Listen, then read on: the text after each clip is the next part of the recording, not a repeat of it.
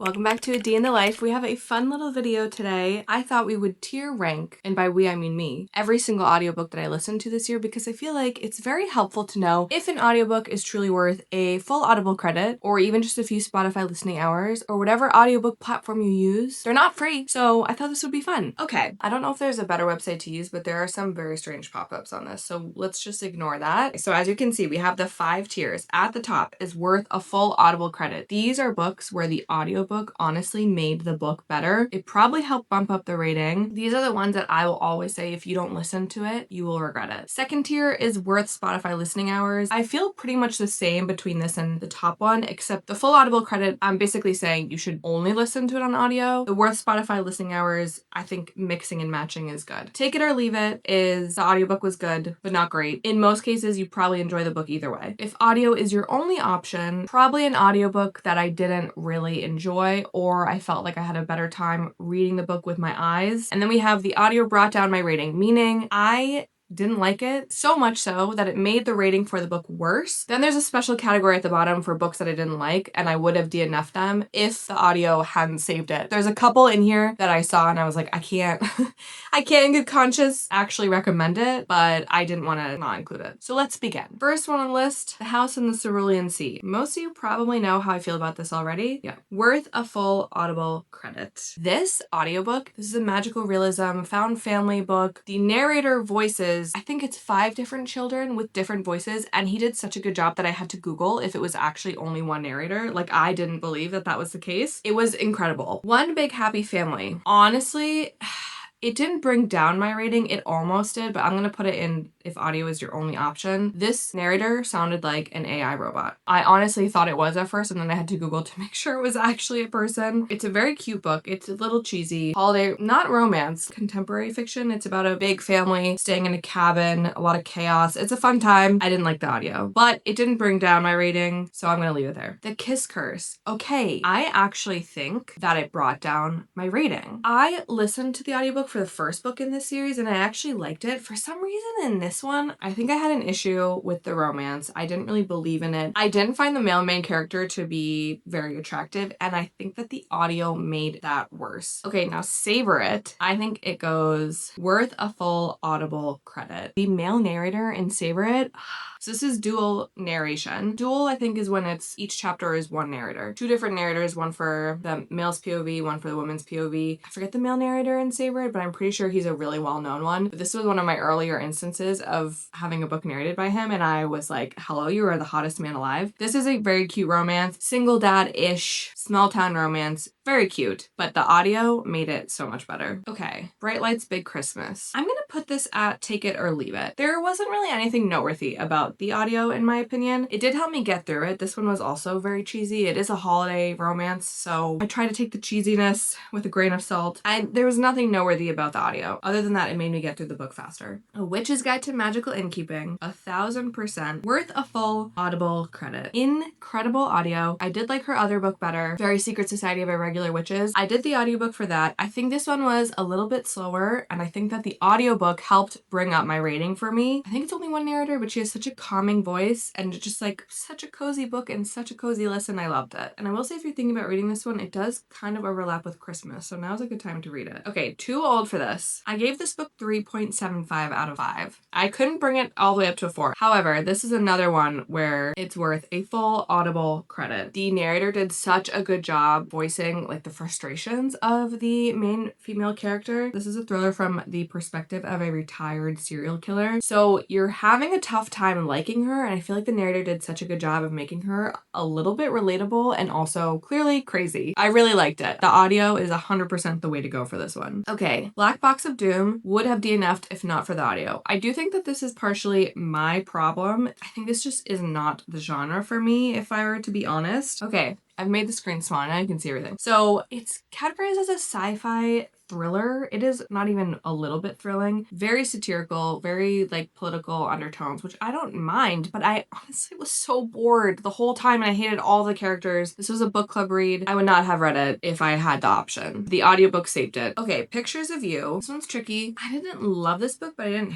hate it. I think I'm gonna put this at take it or leave it. I think this is like romance suspense, but might be categorized as a thriller. It's about a woman who gets into a car accident and loses all of her memories. She has to try to figure out who she is. It's set in Australia, so you do get a nice little Australian accent. I think there were 2 narrators, if I remember correctly, but it didn't make the book any better. So I'm gonna put it at take it or leave it. Okay, The Woman in Cabin 10. My opinion on most thrillers is that they will almost always work on audio. I just feel like that type of plot makes an audiobook go faster. I'm gonna put it at worth Spotify listening hours. If you're going to read this book, the audio is decent. It's about a woman that ends up on a luxury yacht. There's a murder. It's a like locked room mystery, which I usually eat up every time. This one was okay. Not my fave. Okay, The Dead Romantics, worth Spotify listening hours. Something about the story told through your ears made it so much more wholesome in my mind. I don't really know what it was. I did really love this book. I gave it 5 stars. I don't think that you necessarily have to read it through audio, but it was nice. I had a good time with it. It made it a cozier read. This is about a woman who grew up being able to see ghosts. Her family owns a funeral home. She ends up returning to her funeral home. It's a romance. I'm not going to tell you anything else because I don't want to spoil anything. I think you should go into it blind. Contrary to popular belief, this isn't actually set in the fall. It's just that it's a paranormal romance. I think it actually takes place in the spring. Honestly, I feel like you could read it year round. Okay, Vera Wong's Guide to Snooping on a Dead Man is the most obvious one to me, worth a full Audible credit. This narrator and the House in the Cerulean Sea narrator, both of them deserve Oscar nominations. The way that this narrator makes Vera come to life, I literally feel like I know her. She's a real person. Cute, funny old lady that I want to put in my pocket. She's not even that old. I feel like she's in her 60s. This is a cozy mystery series. It follows a tea shop owner who meddles into her adult son's lives. Somehow she gets involved in these murders. They can be a little bit slow and like a little bit too cozy, and with the audio, it flies by. This one definitely helped bring up my rating for the book overall. Anxious People, I think, is worth Spotify listening hours. This was my first Frederick Bachman book, so I did have to get used to his writing a little bit. It does work for my brain because my brain is very chaotic and I feel like his writing is very chaotic, and that is not a critique. I love it. I don't even know how to explain the plot of this. I think you should go into it blind, to be honest. Basically, I think it starts off with a bank robbery of sorts, or like a bank robbery gone wrong, hostage situation, but nothing is as it seems. That's all I'm gonna say, but I recommend it. It Happened One Summer is I would have DNF'd if not for the audio. Most of you probably know that I hated this book with a burning passion. I think Tessa Bailey's writing is just not really for me, unfortunately. It's supposed to be a grumpy sunshine romance, pretty much insta love from the get-go. The main guy is fake grumpy. I really should have DNF'd it. The audio is what got me through the book. And I don't even know that means the audio was that good, but it was pretty good. I'll give it that. Okay, Love You Alatka. I would have DNF'd if not for the audio. I feel bad saying that, but I had a lot of issues with this one, and the audio did help because the characters in the book were honestly very dry and complaining, and the main female character acted like a 16-year-old when I was reading it. The audio made it feel not as dramatic as that. So I think it makes sense. It's a Hanukkah holiday romance. I wouldn't recommend it. I have been told there are better ones out there, so I'm going to try again next year because that was probably one of my most disappointing reads. The Four Winds. So here's the thing. It's narrated by Julia Whelan. So I feel like I automatically have to put it in one of the top 2 tiers, so I'll put it in worth Spotify listening hours. I don't think that the audiobook is that noteworthy, to be honest, but it's Julia Whelan, and Julia Whelan is the goat of audiobooks. This one I thought for sure would make me cry also, and it didn't. It follows a woman who's living in the Great Plains, I think, during the Dust Bowl era. Honestly, this woman's life is like terrible from start to finish. It's a depressing book, but it didn't make me cry, but I feel like it's made a lot of people cry, so I'm in the minority there. Okay, She's Not Sorry. I don't really remember, so I'm gonna put it at take it or leave it because it must not have been bad, but I don't think it was like great either. This is another instance where thrillers just automatically get like an okay rating because I love thrillers on audio. This one specifically follows a nurse who is working on a day when a woman gets brought in and she had just tried to unalive herself. This one specifically had one of my least favorite types of twists that I didn't guess, which I think it's really just I get pissed off when it happens because I should have guessed it and I didn't. Last Christmas in Paris, I'm gonna put it at worth Spotify listening hours. I do also think it's worth a full audio Audible credit, but I'm not going to credit the audiobook for why I love the book so much because I just think the book was fantastic on its own. It's a World War I historical fiction. Tom is enlisted into the war, and I forget the woman's name. The main female character is at home. They're writing to each other. It starts off as friends. It made me cry so many times. It's a fantastic book, but I do think you can do audio or reading with your eyes. I will say though, the narrators were really, really great, and it is a full cast, and they had so much emotion. I do think they were the reason for one of the times that I cried. Okay, the favorites. This one is tough because I would not have DNF'd it. I would have finished it either way. I actually think, you know what? This is gonna be crazy. Nobody's gonna agree with me on this. The audio brought my rating down. The audio was too long. I think I would have liked this better if I had just read it. Contrary to what everyone says, because it's multimedia, there's like news interviews, so in the audio you get to hear it done that way, and there's multiple narrators. It's a whole production. I'm a huge ice skating fan, so the fact that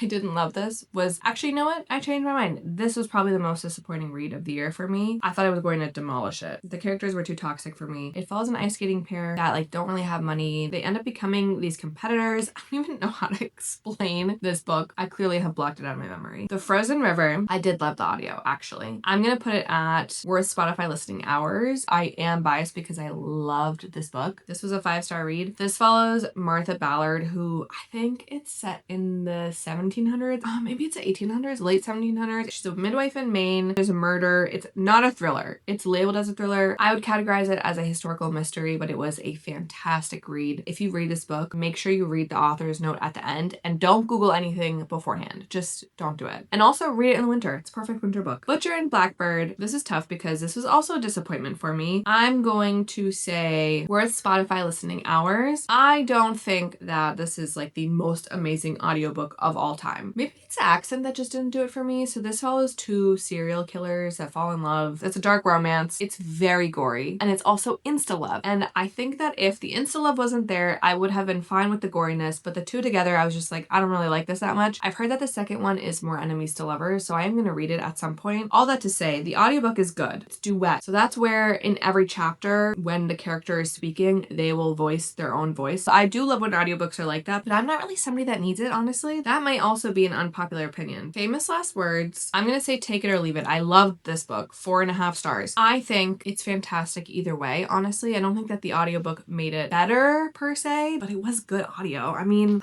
do I want to change it? No, I'm going to leave it. Great thriller. Go into it blind. It's not exactly a thriller. It's also kind of more like a mystery, but there were some twists that I didn't see coming, and I honestly just love this thriller author. The Wrong Sister. I'm trying to remember the audiobook, and I did primarily listen to it on audio, and I can't remember it. So I'm going to put it at take it or leave it because I just can't remember if it was noteworthy or not. It definitely wasn't bad. This is a thriller. It's about this woman's sister who goes missing. Does she go missing? I think so. I honestly can't remember the plot of this at all. A Winter in New York. Love this book, but the audio is take it or leave. Actually, worth Spotify listening hours because the female narrator does a great job doing both a British and a New York accent. Although, you know what? I'm actually gonna put it here. Crazy turn of events. Here's the thing. The way she narrated the man made him less attractive. And when I was reading the book physically, I was like, oh, this guy's so hot. And when I was listening to it, I was like, he's kind of like a child. And he's not. He's a hot, I think, 37-year-old man. This feels actually correct. This book is about a woman who recently moves to New York and stumbles upon a gelateria that has the same recipe as the one that her mother used to make. There's a romance between her and the nephew of the owner. It's a whole thing. I can't even explain the plot to you, honestly. You just have to read it. But I did really love it. I gave it 4 stars. It was one of the least cheesiest romances I've read this year, other than the epilogue. Gifted and Talented. I actually think worth a full Audible credit. I think that the audiobook is the reason why I rated it. Almost 4 stars. It's long. There's a little bit of magical realism. I think if you're an Olivia Blake fan, you will love this. If you're not, I don't know that I would recommend. There's a lot of political satire, but this is the kind of political satire that I like. Educated. Worth a full Audible credit. First of all, memoirs are great to listen to. This isn't self-narrated, but it's narrated by Julia Whelan. So if you're gonna have any other narrator other than yourself, you might as well have Julia Whelan. Also a fantastic memoir, probably one of my favorites. It's about a woman who grows up in this doomsday family. No actual formal childhood education. Fascinating stuff, honestly. Okay, The Personal Librarian. I'm gonna say worth Spotify listening hours. This is a historical fiction set in the early 1900s. It was good, not great, not one of my favorites. I think the audiobook did help bring up the rating a little bit, but but not significantly. I just really love the main character's inner dialogue. So either way, it was kind of hard to get over it, but I do think it was a good listen. This one is actually based on a real person. It follows the personal librarian of JP Morgan, which I thought was a fictional character, but turns out she's not. If you really like art and historical fiction, I do think that this is a good pickup. Enchantra, I'm gonna say take it or leave it. Great book. I don't really have an opinion on the audio, to be honest. I feel like really dark, spicy books, I actually prefer reading rather than listening. So that's why I feel like take it or leave it is a good spot for it. This is a sequel to Phantasma. It is better than Phantasma. I cannot wait for the third book. Twice by Mitch Albom. Here's the thing. This is going to be a very much a me thing. This is self-narrated. It is not about the author. It is a fiction, magical realism about a man who can go back and do everything in his life twice. I knew it was self-narrated. I also knew what Mitch Albom looked like. So then as I was reading it, I pictured him as the main male character, and that didn't work for me. So I think for me, it'd be a no. But I'm going to put it there because that's a me issue. Love the book though. Very good. Okay, Lovelight Farms also goes in this category. I really strongly dislike the narrator. I thought that she made the main female character whiny and kind of pathetic. I would say skip the audio if you can. It didn't bring down my rating, but didn't love it. But I do think this is a very solid holiday romance, and this one did not disappoint me, even though I was worried it would. We've got 14 left. You Want to Be on Top. I'm gonna put it at worth a full Audible credit. Self-narrated memoirs, I think just are automatically gonna go up there for me. If you watch America's Next Top Model when you were a kid, this was fascinating. It's also a very short, quick listen, which I love. Everything is Tuberculosis is also coming up here. This is, in my opinion, a must listen. He is a fantastic narrator. I think I would have been bored if I had physically read it. I learned so much about tuberculosis. Honestly, didn't know anything about it. I learned a lot about our healthcare system, about the healthcare systems around the world. This also had like an aspect of memoir to it, even though it's really a educational nonfiction. I think also right around 200 pages, so also really, really short. Lock Every Door. I don't really remember anything about the audio. I can't remember if I liked it, so I'm gonna put it at take it or leave it. I also didn't love this thriller. It just was kind of boring, and the main twist I didn't love. Riley Sager though, I don't know if he's for me. These Summer Storms, I'm gonna put it up at worth Spotify listening hours. As we know, by default, Julia Whelan's audiobooks go in the top 2 levels. I don't think you have to listen to it on audiobook, but it was really enjoyable. If you're looking to read this and you love reading seasonally, this is set over Labor Day weekend, so I would save it for next year. It was really good. Very much Succession vibes if you watch the show. Oh, a little bit like Knives Out, except there's no murder, but I gave it 4 stars. It's about this rich family that all reunite for the father's like memoriam weekend because he had just passed away. A lot of chaos, very dysfunctional family, which I always love, so I enjoyed it personally. Okay, You Better Watch Out is also gonna go under take it or leave it. Nothing wrong with it per se. It's a really short thriller, although I would say more horror than thriller because it is very gory. It reminds me of a Saw movie, so if you're a fan of those movies, you might as well pick it up. Audiobook was good, made it go by fast, but like it didn't make the book better, so that feels right. Aftertaste. Oh, you know what? Aftertaste is also worth Spotify listening hours because of all of the accents. This follows a man who can speak to the dead through food. I think you should go into it blind if you're planning on reading this. Very good fall read. There's a little bit of romance in it. It's also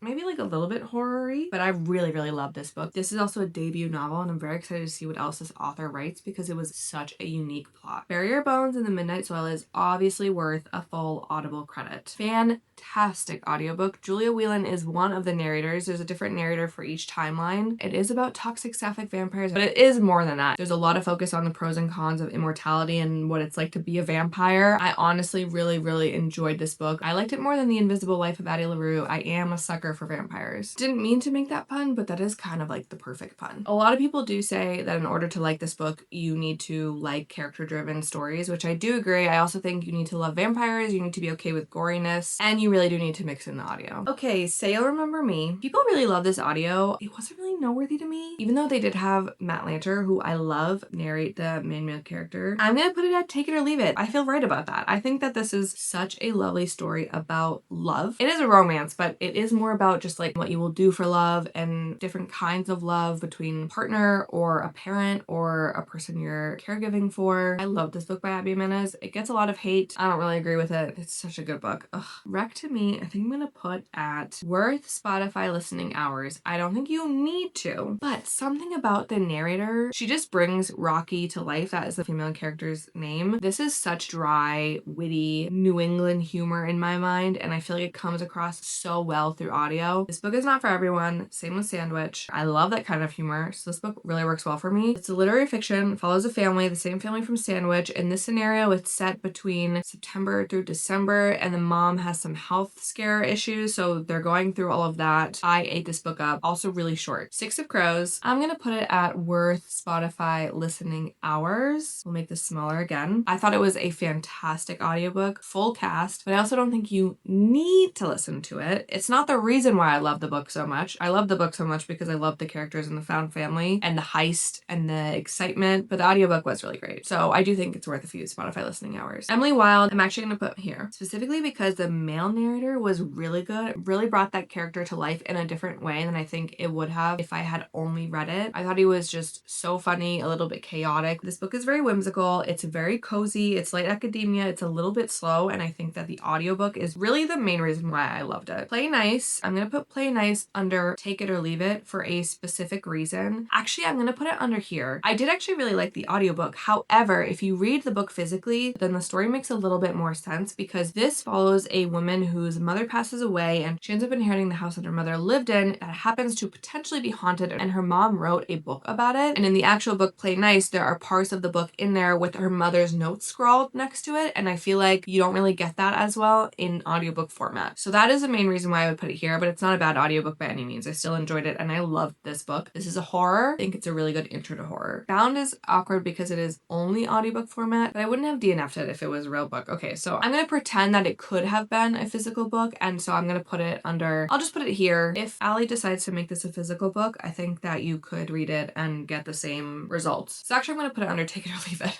Change my mind. Also, this one is labeled as dark academia romance, and there is a paranormal element to it that nobody tells you about. Okay, and last on the list, and this is gonna be probably the most controversial pick, is Atmosphere, and I'm gonna put it under Take It or Leave It. I do think my opinion is a little skewed because I didn't listen to it during certain points that probably would have made it even more impressive for me, but I just loved reading this on its own, and so I just think that you don't need to listen to it. This was just a fantastic book all around, 5 stars. I think no matter how you consume it, you should love it. As long as you go into it knowing it's a romance. It is not a historical fiction. I mean, there's a historical fiction element to it, but the main plot is about the romance. Okay, and that's my final ranking. Here, let's zoom out so we don't have all these pop-ups. I feel pretty good about it. I hate that Rec is on its own line here, but I don't really want to move anything around. Let me know how many of these you agree or disagree with. I know I have some crazy hot takes in this, so hopefully I don't piss anyone off. If you made it through the whole video, let me know in the comments what your favorite audiobook of 2025 was, and let me know what you thought about this style video. I think I have one more up my sleeve like this, but a different type of ranking. So TBD. That's all. I'll stop yapping. Thanks for hanging, and I'll see you guys next time.